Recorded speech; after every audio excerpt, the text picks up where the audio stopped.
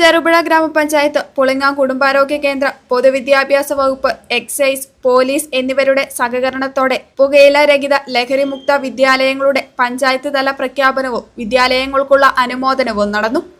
ചെറുപുഴ പഞ്ചായത്ത് ഹാളിൽ നടന്ന ചടങ്ങിൽ Cherupuzha police station inspector Sunil Gopi മുഖ്യാതിഥിയായി. നമുക്കറിയാം അല്ലെ, എല്ലാ കുട്ടികളെയും ലഹരിക്ക് അടിമപ്പെട്ടുകൊണ്ടിരിക്കുന്ന ഒരു കാലഘട്ടമാണ്. പത്രം തുറന്നു നോക്കിയാൽ നമുക്കറിയാൻ പറ്റും, മയക്കുമരുന്നും അതുപോലെ കഞ്ചാവും MDMA പിടിക്കപ്പെടുന്നതെല്ലാം യുവാക്കളാണ് അല്ലെ. 10, 18, 25 വയസ്സായ യുവാക്കൾ, അതിലെ സ്ത്രീകളും ഉൾപ്പെടുന്നു എന്നുള്ളതാണ് ദുഃഖകരമായ സത്യം. കാരണം ഇത് മാറ്റിയെടുക്കേണ്ടത് നമ്മുടെ സമൂഹത്തിന്റെ ഒരു അനിവാര്യതയാണ്. നമ്മുടെ യുവാക്കളാണ് ഈ ലഹരി കടത്തും ലഹരി ഉപയോഗത്തിലേക്ക് ചെന്നപ്പെട്ടിരിക്കുന്നത്. യുവാക്കൾ നശിച്ചാൽ നമ്മുടെ സമൂഹം തന്നെ നശിച്ചു പോകുന്നതാണ്. അതുകൊണ്ടാണ് അതിനെതിരെ ലഹരിക്കെതിരെ സർക്കാർ യുദ്ധം പ്രഖ്യാപിച്ചിരിക്കുന്നത് അല്ലെ.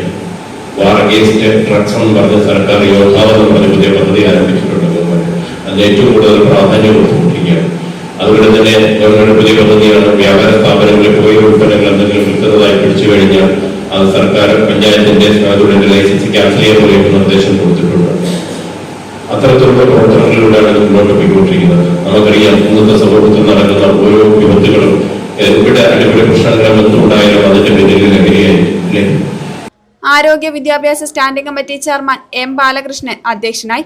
Panchayat president KF Alexander, vice president Resi Pulickal, Pulingam കുടുംബാരോഗ്യ കേന്ദ്രം ഹെൽത്ത് ഇൻസ്പെക്ടർ മുഹമ്മദ് ഷെരീഫ്, ഷാൻഡി കലാധരൻ തുടങ്ങിയവർ സംസാരിച്ചു.